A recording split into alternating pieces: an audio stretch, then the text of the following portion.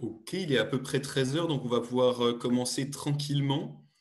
Je m'appelle Adrien Jantet et puis je suis avec Laurence qui est en direct de Grenoble. Bonjour Laurence. Voilà, Laurence, je suis à Chambéry et aujourd'hui, voilà, et ravie de vous avoir tous en direct pour ce deuxième webinaire. Bien, on va commencer par une petite question toute simple. On aimerait savoir lesquels d'entre vous étaient là lors de notre précédent webinaire pour qu'on puisse adapter un petit peu ce qu'on raconte aujourd'hui. Donc, est-ce que vous pouvez nous dire dans le chat si oui ou non vous étiez là au précédent webinaire? Et puis, si vous êtes connecté via la plateforme Zoom, on vous demande de vous adresser à tout le monde et pas seulement à Laurence et moi pour que tout le monde puisse voir en fait vos commentaires. Donc, on vous laisse quelques secondes pour répondre. Voilà, ça nous laisse l'occasion de vous dire que Mohamed et Maxime sont derrière les écrans pour regarder l'ensemble de vos commentaires. Et si vous n'avez pas accès aujourd'hui au micro, en tout cas, on lit vos questions et puis vos questions nous sont remontées. Donc, n'hésitez pas à participer. Ok, donc on voit plutôt pas mal de personnes qui s'expriment et qui disent qu'ils ou elles n'étaient pas là au séminaire précédent. Donc on va essayer d'en tenir compte et puis de redonner des explications. Et d'ailleurs, c'était le but de notre première partie. En fait, on va vous redonner quelques explications de base, puis on parlera des co-gestes. Alors on essaie de ne pas faire les mêmes que la dernière fois. Et après, on viendra à d'autres conseils d'usage. Donc, de quoi est-ce qu'on a parlé la dernière fois? La dernière fois, on a parlé un petit peu des questions d'éclairage. C'était notre panneau C'est pas Versailles ici, donc comment adapter son éclairage, comment changer ses ampoules. On a parlé aussi pas mal du congélateur, le fait de ne pas mettre le frigo ou le congélateur contre le mur, le fait de faire le dégivrage du congélateur, qui est un acte simple à faire tous les quelques mois. On a pris un peu le temps de parler de la douche et de globalement l'utilisation de l'eau chaude, essayer de se chronométrer, en tout cas de le faire de manière ludique, de façon à réduire son temps de douche et donc sa consommation pour chauffer l'eau. Et puis, on a commencé à parler d'un certain nombre d'appareils qui peuplent nos maisons et qui consomment même quand on s'en aperçoit pas, comme des radios qui restent branchées, des téléviseurs, des imprimantes, etc. Donc, c'était un peu ça notre panorama du séminaire d'il y a 2 ou 3 semaines. Alors du coup, Adrien, comme on sait qu'il y a pas mal de gens qui n'ont pas eu l'occasion de voir ce webinaire, sachez qu'il est disponible sur notre chaîne YouTube si vous voulez le visionner par la suite. Oui, et peut-être que Maxime ou Mohamed pourront remettre le lien de ce webinaire dans le chat. Alors, en introduction, on reparle de quelque chose qui est assez essentiel pour comprendre l'électricité, c'est la différence entre deux grandeurs qu'on appelle l'énergie et la puissance. Qu'est-ce que c'est? Alors, imaginez que vous voulez remplir une bassine d'eau, comme on l'a mis sur une image. Quand vous voulez remplir une bassine d'eau, vous savez que vous allez remplir un certain volume. Et puis, vous savez que vous allez la remplir plus ou moins vite. Eh bien, le volume d'eau, c'est l'équivalent de l'énergie, c'est une quantité. Et la vitesse à laquelle on remplit la bassine, c'est ce que dans l'électricité, on appelle la puissance. Donc, c'est le débit, en fait. La puissance, c'est le débit d'énergie électrique. Donc, pourquoi est-ce qu'on en parle aujourd'hui? Parce que c'est des informations que vous allez retrouver vraiment partout, dans tous les appareils qui sont liés à l'électricité. La puissance, elle est exprimée en watts. Et ça, vous allez souvent le voir sur un aspirateur, vous allez avoir marqué 1500 watts. Sur un chargeur, vous allez avoir marqué une puissance de quelques watts. Donc, c'est une information que vous allez pouvoir trouver sur vos appareils. Et puis, la quantité d'énergie consommée, c'est celle que vous avez sur le compteur et c'est celle que vous avez sur la facture à la fin. Donc, nous, on ne vous facture pas à la puissance qui est appelée, mais on vous facture à la quantité d'énergie que vous consommez au cours de l'année. Alors, n'hésitez pas, quand on vous fait des explications comme ça, à nous poser des questions dans le chat, parce que surtout cette différence entre la puissance en watts et l'énergie, j'ai oublié de le dire, qui est en kilowattheure, c'est un tout petit peu complexe, mais on va très très vite vous faire un quiz pour démêler tout ça. Avant, une petite explication, Laurence, sur qu'est-ce qui consomme chez nous? Voilà, en fait, c'est important. On est en train de voir comment réduire nos factures et puis notre consommation, tout simplement. Donc, remettre un petit peu en perspective quand on est en tout électrique, comment ça se répartit dans nos logements. On a effectivement une grosse partie qui va venir du chauffage, bien évidemment, avec à peu près les 2 tiers de la consommation. On a une partie qui va être liée à l'eau chaude, qui va être liée à 11% à peu près. On a la cuisson qui pèse aussi beaucoup quand on est en cuisson électrique. Et puis, on a tout un ensemble de choses qu'on appelle l'électricité spécifique qui va représenter à peu près 17%. Alors, l'électricité spécifique, c'est l'électricité qu'on ne peut pas, c'est les usages par lesquels on ne peut pas les remplacer par une autre source que l'électricité. Votre frigo ne va pas marcher au gaz, par exemple. Donc là, on parle d'électricité spécifique. Et effectivement, cette électricité spécifique, elle a largement augmenté en une quinzaine d'années, plus 5%. Et si on regarde le petit graphe qu'on vous a mis en haut à droite, vous vous rendez compte, donc en orange, on a la part du résidentiel et du tertiaire. Il faut savoir que c'est à peu près 50% résidentiel, 50% tertiaire, qu'on a multiplié nos consommations par 5 en 45 ans. Donc, c'est juste considérable. Et effectivement, c'est pour ça qu'il faut qu'on aille creuser un petit peu où est-ce qu'on peut faire des économies d'énergie. Alors, cette augmentation, elle est principalement due à des taux d'équipement qui sont de plus en plus importants dans les logements et en résidentiel. Voilà pour la partie consommation. Voilà, ce qu'on peut dire, c'est que l'usage de l'électricité spécifique, notamment, hein, que tu présentais tout à l'heure, c'est-à-dire tous les appareils que tu ne peux pas remplacer par le gaz, le pétrole, etc., lui, il est en augmentation. Donc, tous ces appareils électroniques, électroménagers que l'on a chez nous consomment de plus en plus. Tout à fait. Au total. Ouais. Ok. Bon, allez, on fait notre petit quiz. Bah, exactement, pour savoir si vous avez bien compris ces notions de puissance et de consommation. Et donc, hein, vous nous donnez bien vos réponses dans les commentaires. C'est parti. Alors, quel appareil appelle la plus grande puissance électrique? On vous propose une box Internet, une bouilloire ou un ordinateur. Donc, la plus grosse puissance. La plus grosse puissance, hein, quand je faisais ma métaphore tout à l'heure, c'est l'équivalent du débit. Donc, c'est la vitesse à laquelle on fait sortir l'électricité. Alors, on vous laisse quand même quelques secondes pour regarder. On a Maxime et Mohamed qui nous remontent un peu la synthèse. Je vois que c'est très partagé, hein. Je vois qu'il y a des gens qui se convainquent les uns les autres de changer d'option dans le chat. Beaucoup de 3 et de 2, hein. Donc des hésitations notamment entre l'ordinateur et la bouilloire. Qu'est-ce que tu nous en dis, Laurence?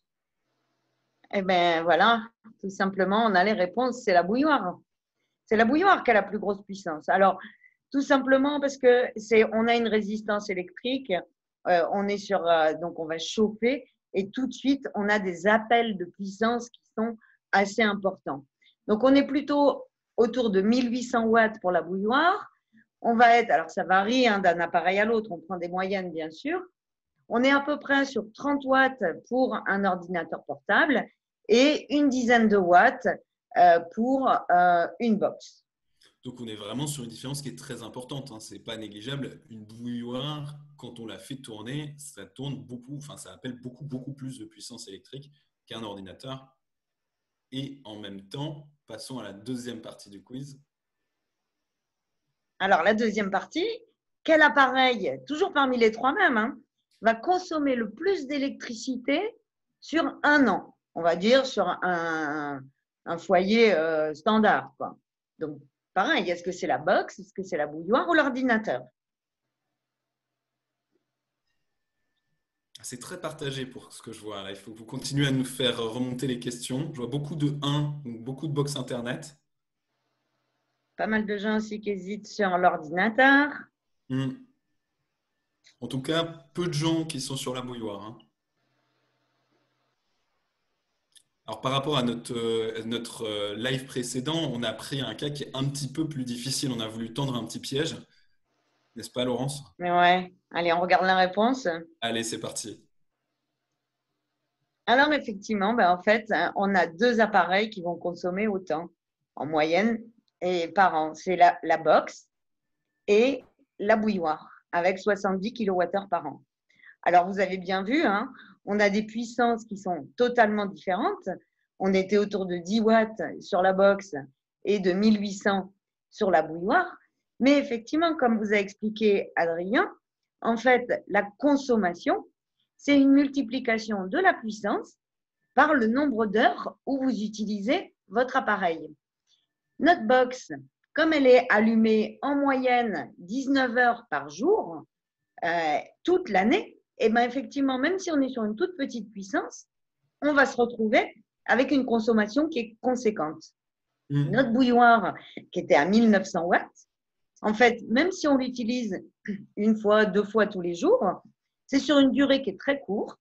Et effectivement, on a du coup une consommation non négligeable, mais qui n'est pas à la hauteur de la puissance qui est soutirée. Alors, bien sûr, ça va dépendre. On est sur des moyennes, ça dépend de la fréquence d'utilisation. Hein. Si on a des gens qui boivent du thé toute la journée et des tisanes, ils auront forcément une consommation plus importante au niveau de la bouilloire. Voilà, on a OFC qui nous fait remarquer que ça dépend et Magali qui nous dit que ça serait sympa de faire son thé avec une box internet. Mais ce n'est pas possible, effectivement. Et en fait, ces chiffres-là, ce n'est pas des chiffres qui sortent de nulle part, c'est des chiffres qui viennent directement de la communauté Internet, de la communauté Enercop, pardon. Donc, on les a obtenus à partir de nos formations Dr Watt. Donc, on vous en reparlera, mais on entraîne vraiment à mesurer ces consommations d'énergie. Et donc, ça, c'est l'utilisation moyenne de nos sociétaires Enercop. Tout à fait. OK. Bon, maintenant qu'on a fait ces petits rappels, n'hésitez pas à me poser des questions parce qu'on peut prendre le temps d'expliquer un petit peu plus les choses. Et je vois déjà une première question qui arrive qui est, Laurence, hein, parce qu'on en a parlé la dernière fois, mais on n'en a pas reparlé cette fois-ci. Comment est-ce que c'est préférable de faire chauffer l'eau? Est-ce que c'est une plaque vitrocéramique, une bouilloire? Qu'est-ce que tu conseilles, toi? Alors, en fait, dans l'absolu, un litre d'eau pour être chauffé a besoin de la même quantité d'énergie. Après, la grosse différence, en fait, ça va être le rendement de votre appareil.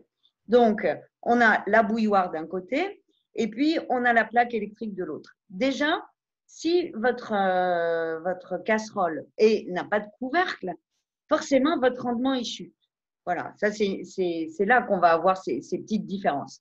Donc, une bouilloire, comme elle est faite pour, effectivement, vous allez avoir un très bon rendement et vous allez avoir le minimum d'énergie qui va être utilisé pour ça.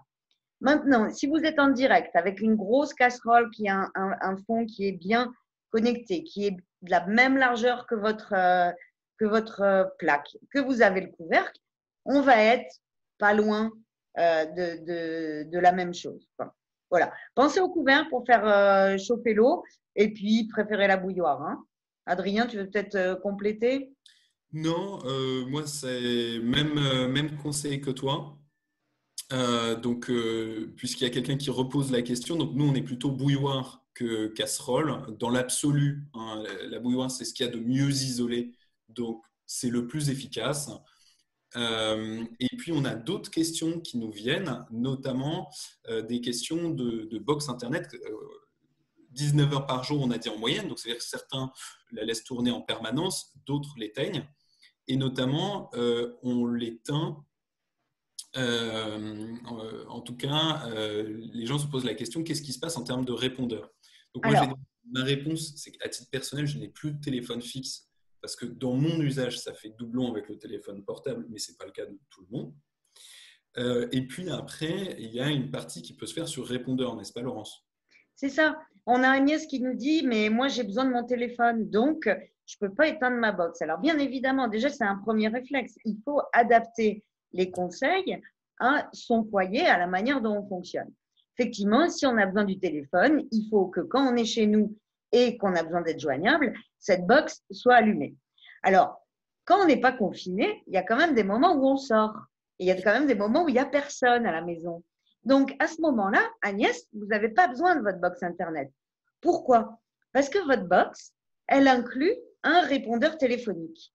Donc, le moment où il n'y a personne chez vous, vous pouvez couper cette box, la rallumer quand vous revenez et vous aurez accès à vos messages. Vous n'aurez pas perdu vos appels téléphoniques.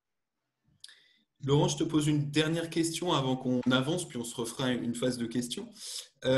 C'est sur la régulation du ballon d'eau chaude. On a quelqu'un qui nous demande est-ce qu'il vaut mieux le laisser allumer tout le temps ou l'éteindre et l'allumer sur des plages courtes? Alors, effectivement, on a la. Alors, déjà, ce qu'il faut comprendre, c'est qu'un ballon d'eau chaude, on a vraiment un volume d'eau chaude qui va être stocké et qui est en fait isolé. Donc, on a ce chauffe-eau qui va en fait se redéclencher à chaque fois qu'il manque de l'eau chaude, soit parce qu'il y a eu un soutirage, soit parce qu'il y a des déperditions en fait de chaleur par ce ballon. Si vous utilisez des plages horaires pour faire chauffer cette eau, alors typiquement, c'est le cas des gens qui sont en heure creuse, heure pleine, effectivement, vous allez consommer un petit peu moins et on est chez les particuliers, on est sur de l'ordre de 5% d'écart, 5 à 8% d'écart que si vous laissiez en permanence votre chauffe-eau en route. Donc, effectivement, c'est quelque chose que vous pouvez faire. Même si vous n'avez plus les heures creuses, heures pleines chez vous, si vous avez encore le petit boîtier qui en fait donne une petite impulsion sur la phase, ça peut fonctionner en utilisant ce système-là. Vous pouvez également mettre des programmateurs en tableau et je vous dis, on parle de 5 à 8% de gains en étant sur des périodes données.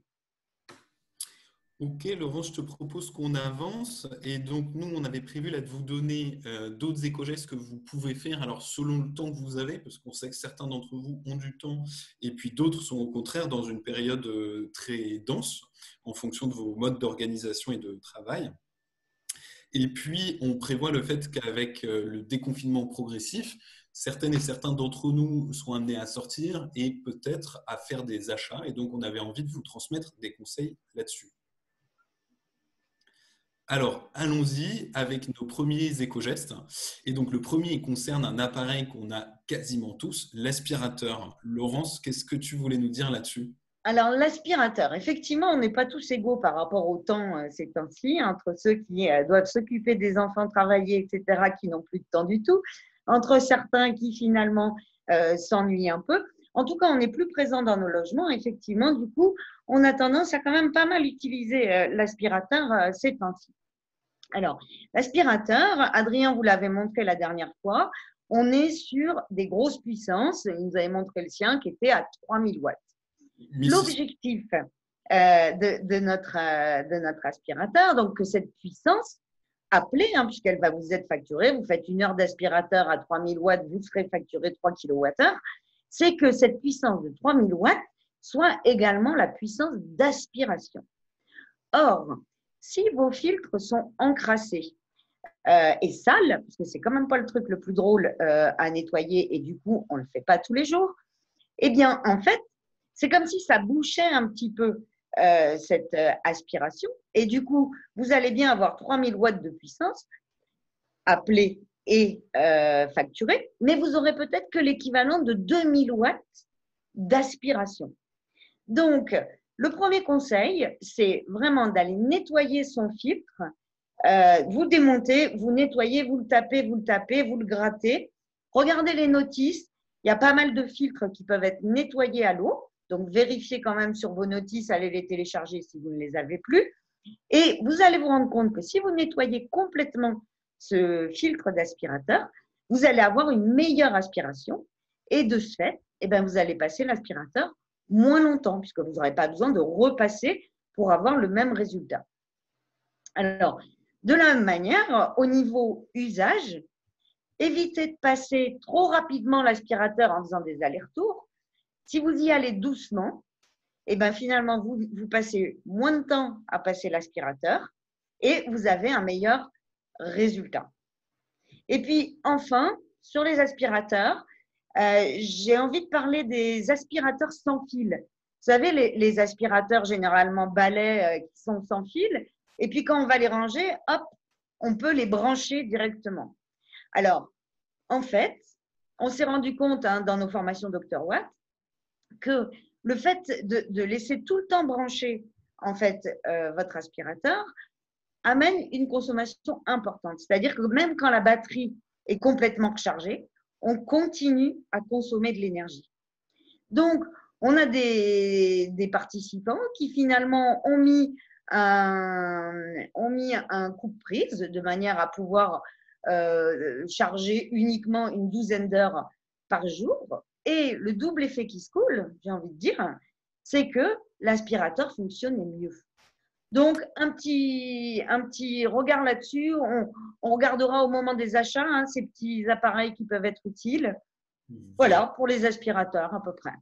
Très bien, donc on retient de nettoyer son filtre, on retient qu'un aspirateur, ça appelle une puissance importante, parfois plus qu'une bouilloire, donc c'est vraiment quelque chose qui pompe de l'électricité, et donc on essaye de limiter son usage et de ne pas le laisser brancher en permanence si c'est un sans fil. Tout à fait. Très bien, alors on a un petit quiz un peu plus facile, je suis en général blanc. J'aime le froid, je consomme beaucoup d'électricité. Qui suis-je? A, une guirlande électrique de Noël. B, un réfrigérateur. C, un ours polaire connecté. Et bien sûr, la réponse D, Obi-Wan Kenobi. Je vois qu'on a beaucoup de bonnes réponses. On a des gens qui sont concentrés aujourd'hui. Oui, vous l'avez compris. Effectivement, on parle du réfrigérateur. On parle du réfrigérateur. Alors, on en a parlé la dernière fois. Je vous fais juste un tout petit récap de ce qu'on a dit la dernière fois. L'aspirateur, on ne le colle pas au mur parce que pour faire du froid, il a besoin d'évacuer de la chaleur. Si vous le collez au mur, vous bloquez la chaleur, il va consommer plus. Et puis la deuxième chose, ça va être de nettoyer, surtout au niveau du congélateur, de dégivrer, parce qu'avec quelques millimètres de givre, on augmente rapidement, parfois de 30 à 40% la consommation du frigo. Alors là, effectivement, ça c'était ce qu'on a vu l'autre jour. Là, on va regarder un petit peu plus l'usage de votre réfrigérateur. Alors, on va parler de température. Parce qu'en plus, ça tombe bien, dans l'ensemble, vous devez tous avoir des thermomètres chez vous. Il paraît qu'il n'y en a plus chez les pharmaciens. Donc, à mon avis, il y en a un qui traîne chez vous. Eh bien, utilisez-le déjà pour savoir un petit peu à combien est votre frigo. Un frigo, ça doit être à une température entre 4 et 6 degrés. Si vous êtes en delà de ça, eh bien, forcément, vous surconsommez. Si on parle des congélateurs, c'est moins 18 degrés. Vous pouvez faire le test aussi. Si vous êtes en dessous, c'est que vous êtes en train de surconsommer. Donc, auquel cas, vous pouvez régler la petite molette de votre frigo pour pouvoir trouver la température qui convient et qui va être idéale pour la conservation des aliments et en même temps pour les économies d'énergie. La deuxième chose, c'est que dans votre frigo, tous les compartiments ne sont pas à la même température.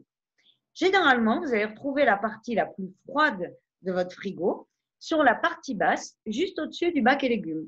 Donc, à cet endroit-là, on va en profiter pour mettre les poissons, les viandes crues, des produits qui peuvent être en cours de décongélation aussi, ça aide votre frigo à consommer moins. Et puis, au-dessus, on va mettre les plats qui sont déjà cuisinés, des yaourts, des fromages, etc. La partie la plus chaude de votre frigo, si je peux m'exprimer ainsi, ça va être la porte, qui va être entre 6 et 10 degrés, et auquel cas, vous allez pouvoir y mettre le beurre, le lait, les jus de fruits. Donc ça, c'est par rapport à au positionnement de vos aliments dans le frigo. Attention aux aliments, couvrez-les. Parce que si vous ne les couvrez pas, il va y avoir de l'évaporation et ça va amener encore plus de consommation pour votre frigo. Donc, couvrez bien vos aliments avant de les mettre au froid. Et puis, un petit conseil, ne bourrez pas votre frigo, ne faites pas en sorte qu'il soit trop plein, parce que sinon, on ne va plus avoir de circulation d'air et c'est pareil, on va avoir une surconsommation. Enfin, le dernier petit conseil peut-être, c'est de vérifier vos joints. Alors, il faut que vos joints soient complètement hermétiques, bien évidemment. Alors, il y a un test très simple à faire. Vous prenez une feuille de papier, pas très grande, vous la mettez, vous fermez le frigo et puis vous tirez. Et vous voyez si la feuille s'en va tout de suite. Auquel cas, ça veut dire que vous avez des endroits où vos joints ne sont plus hermétiques. Alors, n'hésitez pas à nettoyer ces joints de manière à ce qu'ils le soient. Et puis, si vraiment vous vous rendez compte que c'est un petit peu décollé, allez décoller. Ou sinon, effectivement, à aller les changer si nécessaire. Ok, merci beaucoup Laurence pour tous ces conseils. On rajoute sur le fait, pourquoi est-ce que c'est pas une bonne idée d'avoir un frigo qui est très vide?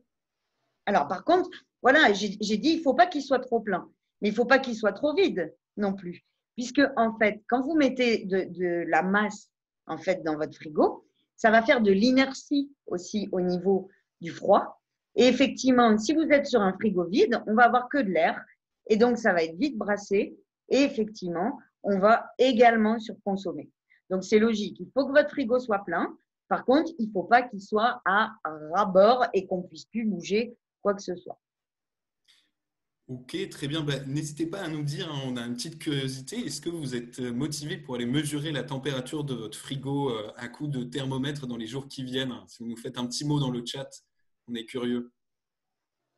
Et pendant que vous nous dites ça, on va passer au conseil suivant.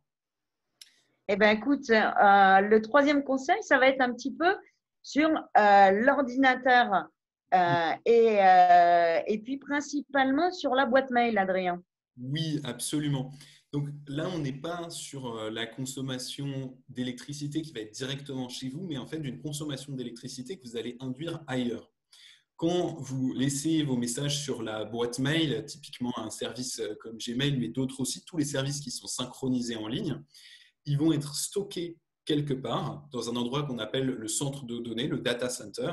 Et en fait, ils vont même être stockés à plusieurs endroits, parfois 2, 3, 4 fois, de façon à s'assurer que même si un ordinateur plante, vous ne perdez pas vos données. Et tous ces data centers qui normalement sont accessibles 24 heures sur 24 toute l'année, ils ont de l'électricité qu'ils consomment, mais ils ont aussi des générateurs de secours qui sont souvent des générateurs fuel, pétrole, etc. qui tournent. Alors, il n'y a pas de relation directement linéaire, mais grosso modo, plus on stocke, plus on va utiliser ces data centers et plus ils vont avoir besoin d'infrastructures, de données, etc. On peut faire plein de choses, notamment quand vous regardez des vidéos sur Internet, vous avez souvent une option qui vous permet de sélectionner une qualité limitée. Vous pouvez aussi limiter le temps que vous passez à regarder des vidéos. Et puis sur la boîte mail, moi c'est une astuce que j'aime bien parce que finalement elle prend un peu de temps, mais pas tant que ça. Vous pouvez normalement afficher le poids d'un mail, qui en général est en mégaoctets ou en kilooctets. Et vous pouvez, dans la plupart des logiciels, trier vos mails par ordre de poids. Donc vous faites ça, vous prenez tous vos mails, vous les triez par ordre de poids, et puis vous regardez les plus gros. C'est ceux en général où il va y avoir des grosses pièces jointes. Et là, vous avez un choix. Soit vous gardez le mail, soit vous le supprimez, comme ça il ne sera pas sauvegardé, soit vous prenez cette pièce jointe, vous l'enregistrez sur votre ordinateur et vous la supprimez de votre logiciel de mail.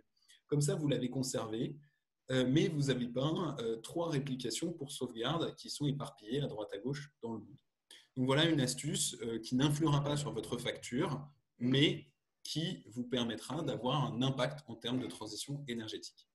C'est vraiment important hein, parce que quand on regarde le nombre de personnes qui ont des boîtes mail et qu'on démultiplie tout ça, ça va avoir un vrai impact sur les data centers. Donc, c'est pareil, hein, c'est encore une petite histoire de colibri. Vous faites votre part, mais ça se démultiplie en termes d'effets par rapport au nombre que nous sommes à avoir des boîtes mail. Oui, j'ajoute un complément puisque je vois une question de Françoise qui dit que quand elle supprime un mail sur son ordi, ça ne le supprime pas sur son téléphone. Et justement, tout l'enjeu, il est là, c'est que en fait, ce mail, je ne sais pas quelle est votre configuration, mais probablement il est quelque part sur un serveur dans un data center qui l'envoie à votre ordinateur ou qui l'envoie à votre téléphone en fonction de l'endroit où vous le regardez. Et l'enjeu, c'est d'aller le supprimer sur le serveur. Et donc là, c'est des configurations de logiciels de messagerie. On ne peut pas aller autant dans les détails comme ça sans connaître, mais qui vous permettent de supprimer le mail en fait à la fois localement et sur le serveur en ligne. Oui, tout à fait. Et puis, on nous dit effectivement, on est beaucoup spammé. Hein, on va sur un site et puis tout de suite, on reçoit énormément de mails. Donc, c'est pareil, on est encore dans les configurations. N'hésitez pas à mettre des filtres automatiques sur certaines adresses pour que ce soit directement supprimé et que ça passe directement à la poubelle. Et il existe aussi des services, je ne me rappelle plus les noms, mais type Unlist qui vous permettent de vous désabonner automatiquement d'un certain nombre de messages, enfin, pas spam, mais Indésirable. voilà, un peu lourds, commerciaux. Alors, passons à l'astuce suivante. Alors, juste avant, Adrien, c'est juste pour rappeler, en plus, il y avait pas mal de monde qui n'était pas là. Enercop, on vous propose un site qui s'appelle transition.enercop.org qui va vous donner des tas de conseils par appareil par appareil. Donc, quand vous posez une question sur un appareil, vous pouvez aller le choisir et puis avoir tout un ensemble de données. Donc, n'hésitez pas à aller le consulter. Vous avez également un forum si vous souhaitez nous poser des questions, auxquelles on répond ou d'autres personnes vont pouvoir répondre et où vous pourrez échanger. Transition.enercop.org. Ok, et donc on va passer à notre seconde partie, au-delà des éco-gestes. Maintenant, ce qui se passe lorsque vous allez vouloir faire des achats. Donc, probablement, ça va redevenir possible dans les jours ou dans les semaines qui viennent. Et vous allez peut-être vous intéresser à des équipements divers et variés. Donc nous, ce qu'on dit en général, c'est sur la transition en général, hein, c'est de garder un esprit de sobriété, c'est-à-dire de ne pas acheter des ustensiles dont on n'a pas besoin. Et ensuite, lorsqu'on a vraiment un usage, d'aller chercher des appareils qui sont efficaces dans leur consommation d'énergie. Laurence, est-ce que tu peux nous parler un petit peu des ampoules qui sont Alors, des matériaux où il y a beaucoup de détails, beaucoup de choses à comprendre? alors, on va parler des ampoules déjà parce que la dernière fois qu'on avait discuté ensemble, on avait dit, alors pour ceux qui n'y étaient pas, c'est quand même très intéressant de regarder quels sont les 5 points lumineux les plus utilisés chez vous et il faut absolument que ceux-là soient équipés d'ampoules efficaces. Voilà. Alors, si vous ne l'avez pas encore fait, n'hésitez pas à le faire. Et puis derrière, comment est-ce qu'on remplace? Eh ben, on va aller acheter une ampoule puisque, a priori, on le saura ce soir, hein, a priori, les magasins devraient être ouverts la semaine prochaine. Alors, sauf que acheter une ampoule, ça peut vite devenir une usine à gaz. L'avantage, c'est que vous avez énormément de choses qui sont sur l'emballage. C'est obligatoire. Aujourd'hui, c'est la législation qui veut ça. Alors, en premier lieu, vous allez retrouver l'étiquette énergie. Alors, on va en parler un petit peu après de l'étiquette énergie. Ça vous donne directement une indication si vous êtes sur un équipement qui est performant ou pas. Alors, par exemple, les halogènes moins 30%, vous verrez que ce n'est pas du A, ça reste une halogène et ça reste quelque chose de consommateur. Donc, ça, c'est le premier point à regarder. Ensuite, on a la puissance qui va être notée. Donc, Adrien vous expliquait tout à l'heure, la puissance, c'est ce qui va être directement soutiré, que vous pourrez multiplier par le temps d'usage. Alors, généralement, sur les emballages, on va vous en donner 2 parce qu'on va vous donner la version incandescente pour ceux qui en avaient l'habitude. Donc, 15 watts, ça va être ce qui va être réellement soutiré. On vous dit c'est à peu près équivalent en fait à 65 watts anciennement. Ça ne veut pas dire grand-chose et c'est surtout le marketeur qui vous donne cette info. Aujourd'hui, l'information qu'il faut regarder, c'est le flux lumineux. Et ce flux lumineux, il est donné en lumens. Et de manière très basique, si vous mettez une ampoule qui a un flux lumineux de 800 lumens, ça éclairera plus qu'un flux lumineux à 700 lumens. Alors, vous allez me dire, ouais, super, mais en fait, moi, je ne sais absolument pas comment me repérer là-dedans. Alors, ce que vous pouvez faire, attendu qu'il y a encore de l'halogène dans les rayons, vous vous déplacez, vous regardez votre halogène 60 watts, combien de lumens elle fait, et puis vous retournez au rayon des LED et vous essayez d'avoir le même nombre de lumens. Voilà pour la partie éclairement, c'est-à-dire combien vous allez réussir à y voir. Ensuite, on a deux paramètres qui fonctionnent ensemble, qui vont être la durée de vie de votre ampoule et le nombre de cycles d'allumage et d'extinction. Donc, sur notre exemple, on a une ampoule qui tient 10 000 heures. Super, il y a 8 760 heures dans une année. Génial, on pourrait se dire, je peux laisser allumer 1 an et demi mon ampoule, ça fonctionne. Mais ça fonctionne avec ce paramètre qui est combien de fois vous pouvez allumer et éteindre votre ampoule. Alors, si j'extrapole complètement, je vais donner un exemple qui, bien sûr, n'existe pas. Mais vous avez une ampoule qui a une durée de vie de 50 000 heures, mais que vous pouvez allumer 2 fois. Vous rentrez chez vous, vous la vissez, super, vous faites, alors j'essaye, on, off, pouf, elle claque. Ces deux paramètres, il faut les regarder de manière conjointe. Dans un salon, on va préférer le nombre d'heures d'allumage au nombre d'allumage-extinction. Sur des endroits comme les sanitaires où finalement on allume peu en durée, mais très souvent avec des allumages-extinction, on préférera ce paramètre-là. Alors, l'avantage, c'est que les LED font de plus en plus de progrès, de plus en plus de progrès. Donc, effectivement, on a ces deux paramètres qui avancent. Maintenant, méfiez-vous, le prix des ampoules est directement lié à ces paramètres-là. C'est quasiment systématique. Enfin, Adrien, le dernier point sur lequel je voudrais qu'on fasse un gros focus, c'est ce qu'on appelle la température de couleur qui se retrouve ici.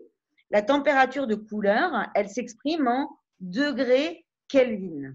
Alors, voilà, encore un nouveau paramètre. Alors, soit vous lisez finalement ce que dit Monsieur Marketing, et il va vous dire, oh, c'est du blanc chaud, c'est du blanc froid. Soit vous connaissez les valeurs techniques. Et là, vous n'allez pas vous faire avoir.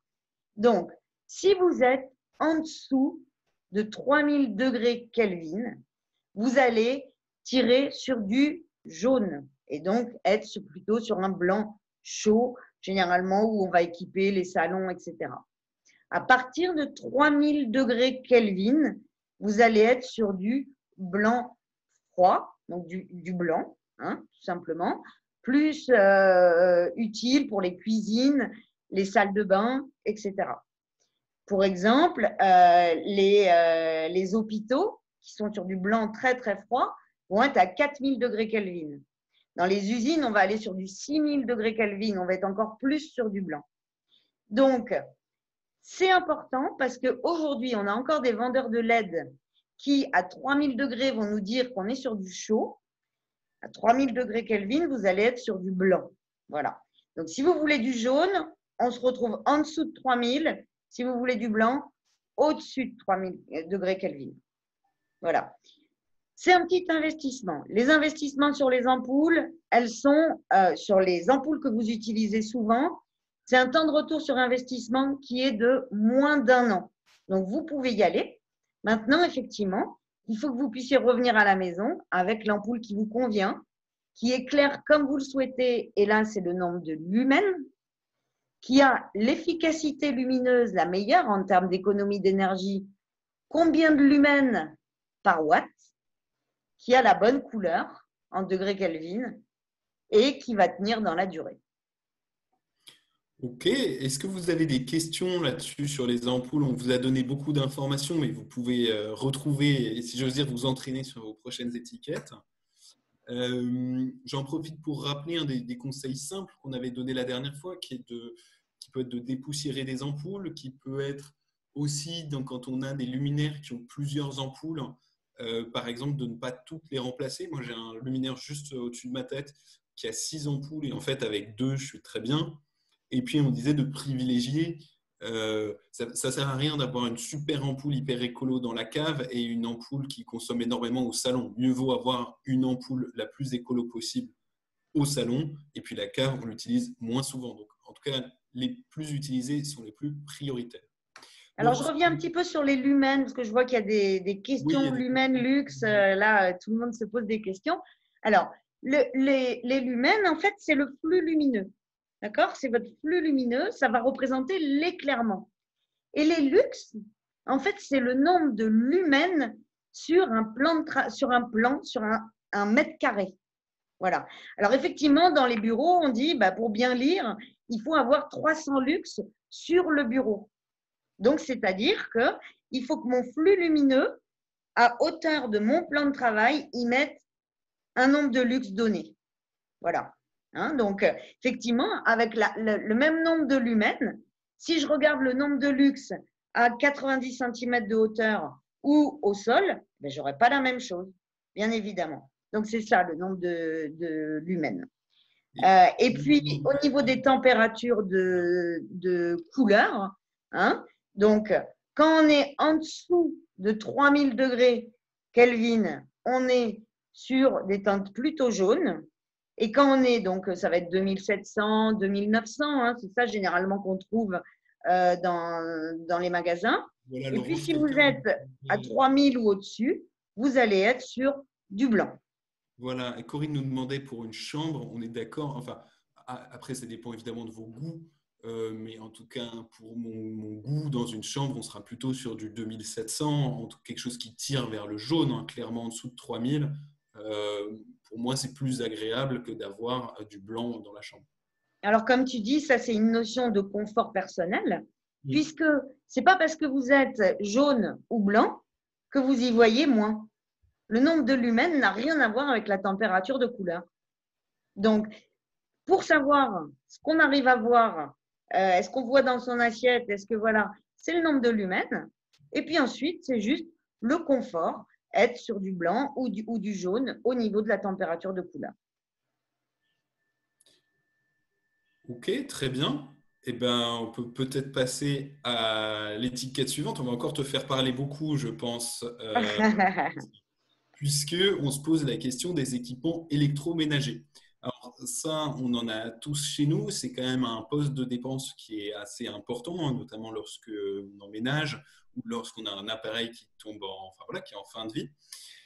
Et comme c'est un poste c'est à la fois important en dépenses, c'est important aussi en termes d'impact énergétique. Et donc, ça vaut vraiment le coup d'approfondir un petit peu, de se poser la question quel équipement choisir. Donc, est-ce que tu peux nous décrypter une étiquette énergie? Alors, effectivement, l'étiquette énergie, c'est vraiment une référence à l'achat en termes d'énergie, quoi. Il faut vraiment aller regarder ces étiquettes.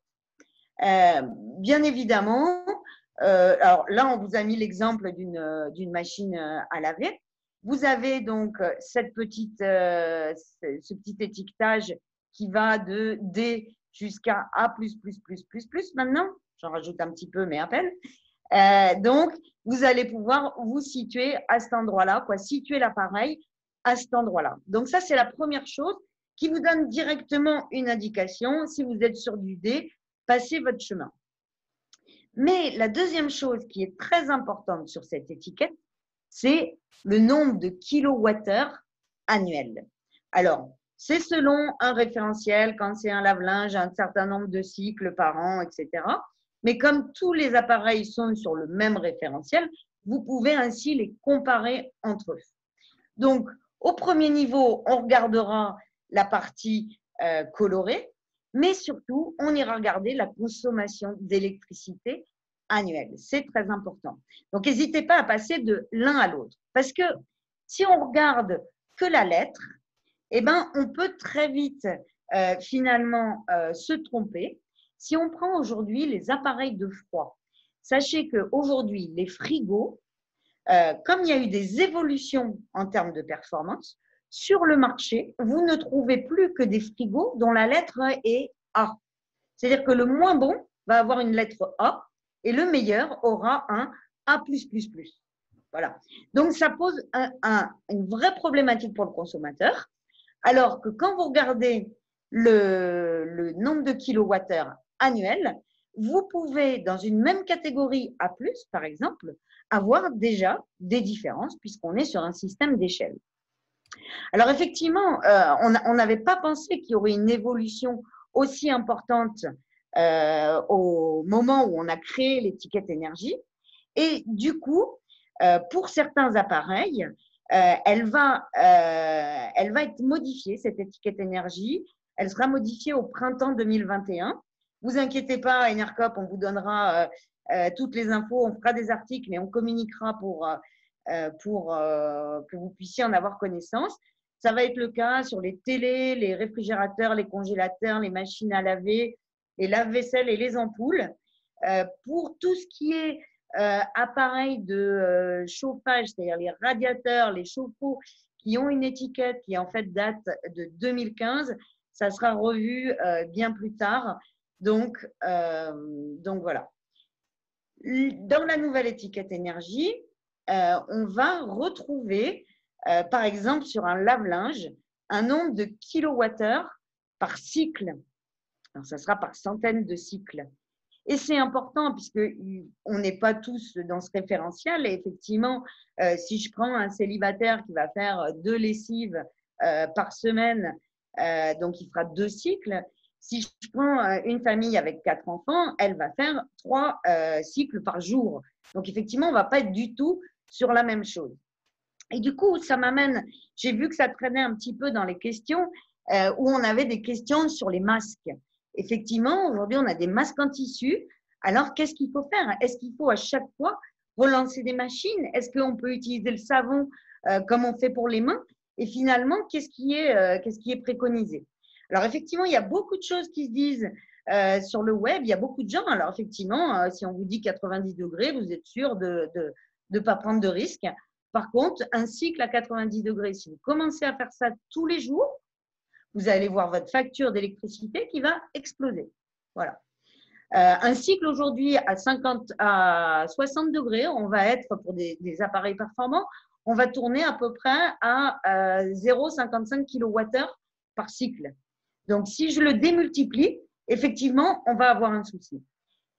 Utiliser la version chimique, j'ai envie de dire le savon, pour comme on se lave les mains, etc. C'est un peu plus complexe sur le tissu puisqu'on a plusieurs couches de tissu et pour pouvoir complètement rentrer et avoir une garantie que vous avez toute la partie virale qui est supprimée, c'est compliqué. Donc, effectivement, le fait d'avoir votre masque à 60 degrés pendant un minimum 20 minutes, 30 minutes, c'est une bonne chose. Rappelez-vous la bouilloire, faites un petit volume d'eau. Vous mettez votre casserole, vous mettez votre bouilloire, vous mettez vos masques dedans. Ensuite, au bout d'une demi-heure, avec votre lessive, au bout d'une demi-heure, vous les rincez, vous les essorez bien. Il faut que ça sèche rapidement. Et puis, un petit coup de fer à repasser si c'est nécessaire. Et là, vous allez pouvoir éviter d'avoir une démultiplication de vos cycles de lavage. Ok, voilà. Et bien sûr, on vous renvoie au conseil des autorités médicales pour complémenter cette question des masques. J'ai vu que dans les questions qu'on nous posait, il y avait sur tout ce qui est lave-linge, frigo, etc., la question de l'énergie en fait qui est dépensée pour les construire. Alors ça, c'est effectivement quelque chose qui n'est pas présent sur l'étiquette. C'est quelque chose sur lequel en fait il y a des données moyennes à l'échelle de la France, mais il n'y a pas d'évaluation systématique pour chaque modèle, ou en tout cas on n'en a pas connaissance. Donc là-dessus, on ne peut que vous encourager à conserver des appareils qui marchent bien, qui sont fonctionnels et qui ont une consommation raisonnable, et donc à éviter en fait de remplacer pour remplacer. Pour l'instant, on n'a pas de capacité, en tout cas, à faire le tri mieux que ça. Mais pour vous aider à faire le tri, on avait envie de vous faire une recommandation. Oui, tout à fait. Il y a le guidetop10.fr, donc vous voyez l'adresse, www.guidetop10.fr, qui en fait va référencer les appareils les plus performants et qui va vous donner une notion de consommation d'énergie. Vous voyez, là, sur ce A++ en lave-linge, on est à 129 kWh par an sur le référentiel, identique à l'étiquette qu'on a vue avant, qui était à 200 kWh par an. N'hésitez pas, si vous avez des gros achats à faire, des gros achats d'électroménager, de consulter ce site en amont. C'est fait par des indépendants. Consultez ce site en amont pour avoir déjà une idée de ce qui est énergétiquement performant. Et puis ensuite, vous comparez les étiquettes énergie dans le magasin. N'hésitez pas à continuer à nous poser des questions.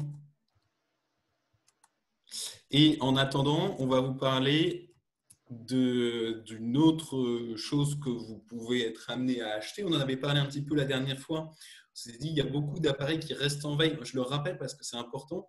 L'ensemble des appareils en veille en France, c'est l'équivalent de 2 réacteurs nucléaires. Donc, certes, ce n'est pas beaucoup, mais beaucoup, 60 millions de pas beaucoup. Et encore, on a beaucoup plus qu'un appareil par personne. Ça commence à faire vraiment beaucoup. Donc, typiquement, on avait cité l'imprimante qui continue à consommer même lorsqu'elle est éteinte, si elle est branchée. On a parlé de la box qu'on pouvait être amené à éteindre, le lecteur DVD qui n'a aucune raison de rester allumé toute la journée, ni même branché. À nouveau, il y a des appareils qui consomment même lorsqu'ils sont éteints. Et donc, vous pouvez passer dans le rayon de bricolage et acheter déjà des multiprises qui vous permettent de facilement allumer et éteindre plusieurs appareils à la fois. Et puis, vous avez des choses un peu plus exotiques, comme des prises programmables ou des prises télécommandées qui peuvent faciliter leurs usages.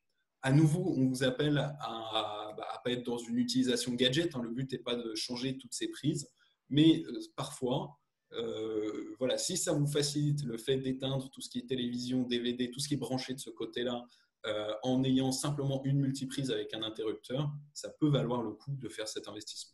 Oui, bien sûr, l'objectif, c'est vraiment pas de la surconsommation. Maintenant, il est évident que vos branchements, la manière dont ils sont faits, c'est une des clés des économies d'énergie chez vous dans la durée. Donc, n'hésitez pas, puis allez revisionner le webinaire de la dernière fois si vous voulez plus de détails. Oui, et on précise que pour le coup, quand une multiprise est éteinte, là, on n'a vraiment pas de consommation derrière la multiprise. En fait, ce qui consomme, par exemple, une bouilloire qui est éteinte, ne consomme pas. C'est simplement une résistance électrique. Une imprimante qui est éteinte consomme parce qu'en fait, il y a un appareil à l'entrée de l'imprimante qui s'appelle un transformateur qui va changer l'électricité alternative en continu. Et c'est cet appareil-là, en fait, qui consomme tout le temps, même quand il n'est pas réellement en usage. Alors, on voulait vous présenter une petite astuce atypique. La dernière, bon, c'est de la typique, hein, mais ça remet un petit peu en perspective la cuisson. Vous avez vu, c'est un poste qui est important. La dernière fois, on vous avait présenté la marmite norvégienne qui finalement est un récipient dans lequel vous faites votre fin de cuisson qui est isotherme et finalement la nourriture continue à cuire sur elle-même. C'est le cas, hein, vous pouvez le faire aussi si vous êtes en électrique et que vous n'êtes pas en induction. Coupez les plaques 5 à 10 minutes en amont. Il y a de l'inertie, donc vous économiserez de l'énergie. Là, on vous parle d'un four à chaleur tournante, mais qui fonctionne sur le gaz. Donc, en fait, ça se présente un petit peu comme une casserole, mais à tête retournée. Et en fait, vous n'allez avoir quasiment aucun préchauffage et un tout petit volume à chauffer. Donc, forcément, par rapport à votre grand four, eh ben, vous allez faire des économies d'énergie. Donc, ça fonctionne à chaque fois, vous avez le trou au milieu pour que la chaleur monte et puis retourne sur le côté. Et puis, vous voyez, je ne me suis pas ennuyée pendant mon déconfinement. J'ai fait comme beaucoup d'entre nous, j'ai beaucoup mangé et j'ai cuisiné. On le voit ici sur le petit thermomètre, on monte bien à 180 degrés et on arrive à avoir une cuisson qui est maîtrisée et puis qui consomme moins d'énergie. Le but, c'était de faire baisser ce poste de cuisson. On reste dans de la typique, voilà, mais ça nous faisait sourire de vous présenter ce petit modèle, quoi. Merci Laurence pour cette astuce que moi je connaissais pas très bien. Et entre-temps, il y a des questions qui nous viennent sur les modes éco des machines à laver, le linge, la vaisselle, etc. Les éco-perfect, qu'est-ce que ça donne tout ça? Ouais, ben on en avait un petit peu parlé la dernière fois, hein, donc je vous emmène à vous référer au webinaire précédent. Regardez bien les notices, puisque éco, des fois, c'est le nombre de litres d'eau consommée et non pas l'énergie globale. Donc, vraiment, je vous conseille d'aller regarder vos notices, puisque le nombre de kilowattheures par typologie de cycle est marqué. Et donc, vous pourrez faire l'équilibre entre moins d'eau et moins d'énergie. Ok, Laurence, on a quelques informations complémentaires parce que je vois qu'il est 2h moins 5. Donc déjà, quel que soit votre fournisseur d'électricité, que vous soyez chez Enercop ou non, votre fournisseur a l'obligation de vous donner accès à vos consommations d'électricité. Et notamment pour les personnes qui ont un compteur Linky qui a été activé, vous pouvez avoir accès à vos consommations demi-heure par demi-heure. Et ça permet deux choses que je trouve intéressantes. Déjà de voir sa consommation maximale, mais surtout de voir sa consommation minimale. Et moi, ça a été une étape importante quand j'ai travaillé sur ma consommation chez moi. Je me suis aperçu qu'au moment où ma consommation était la plus basse, c'est-à-dire au milieu de la nuit, quand le frigo n'est pas en train de tourner, j'avais encore une consommation qui était de plusieurs dizaines de watts. Et c'est à ce moment-là que je me suis dit, ah bah oui, en fait, que je suis allé mesurer et j'ai vu que ma box consommait, que j'avais d'autres appareils qui restaient branchés et qui consommaient. Et donc, aller voir ces données-là, ça m'a permis de mesurer jusqu'où je pouvais descendre quand je n'étais pas en train d'utiliser moi-même des appareils électriques. Donc, il y a ça. Et puis, nous, à Enercop, on fait des formations dont on a parlé un petit peu, qui s'appellent les formations Dr Watt. Ouais, alors juste, il faut avoir effectivement un compteur intelligent, c'est-à-dire les Linky, pour pouvoir récupérer ces données au pas de temps. C'est une petite précision qui nous est faite sur le chat. Donc, effectivement, regardez vos consos. Il a raison, Adrien, c'est l'histoire de l'Indien averti. Sachez repérer vos dysfonctionnements chez vous, quoi. Et puis, ce que tu disais, ouais, Adrien aussi, par rapport aux formations Dr Watt, c'est pour creuser le sujet. C'est si vous voulez aller plus loin et vraiment mesurer chez vous, avoir des conseils qui vous concernent vous et qui soient plus génériques, on a ces formations Dr Watt. Ça se passe en 4 temps. La première, on est un petit groupe ensemble et puis on va regarder comment fonctionne le site internet où vous aurez un espace dédié. Comment fonctionnent les appareils de mesure. Donc, on fonctionne avec des wattmètres. La deuxième phase, ça va être un auto-diagnostic que vous allez faire à domicile, où vous allez vraiment vous rendre compte, appareil par appareil, chez vous, où est le souci, ou peut-être dans les branchements. Je disais, les branchements, c'est vraiment important. Et puis, ensuite, on se retrouve et on regarde ensemble ce qui a été surprenant, ce qui est remonté. En fait, on fait un partage d'expérience tous ensemble. Et puis ensuite, des économies d'électricité sur la conso, le but étant que ce soit pérenne et bien évidemment pas juste quelques jours après la formation. Ok, ben il ne nous reste plus qu'à vous demander s'il vous reste une ou deux dernières questions. Et en attendant, on vous donne quelques liens dont on a parlé, mais qu'on vous rappelle. Ben, d'abord, le site d'Enercop, enercop.fr, où vous avez toutes les informations sur nos producteurs, les renouvelables, comment est-ce qu'on fait pour soutenir la transition énergétique. Vous avez transition.enercop.org, qui est donc le wiki où on vous donne des conseils qui sont quand même assez détaillés sur les éco-gestes que vous pouvez faire pour économiser de l'énergie. Et puis, les formations Dr Watt dont on vient de parler. Voilà, la Alors, prochaine a lieu le 12 mai. N'hésitez pas à vous inscrire. voilà. Ben, à vous pour des dernières questions. Et en attendant vos questions, on va peut-être vous donner quelques défis pour repartir d'ici Allez, le les 12 défis mai du au hasard, parce que week-end. c'est une date importante. On se dit quoi? Alors, vous pouvez identifier vos 5 points d'éclairage principaux, donc les ampoules qui consomment le plus et que vous avez intérêt à avoir en basse consommation le plus vite. Le numéro 2, Laurence, Le c'est numéro 2, dégivrez votre congélateur. Ça vous fera Absolument. plus de place en plus pour mettre les glaces pour l'été. Un petit coup de nettoyage de l'aspirateur, ça fait pas de mal.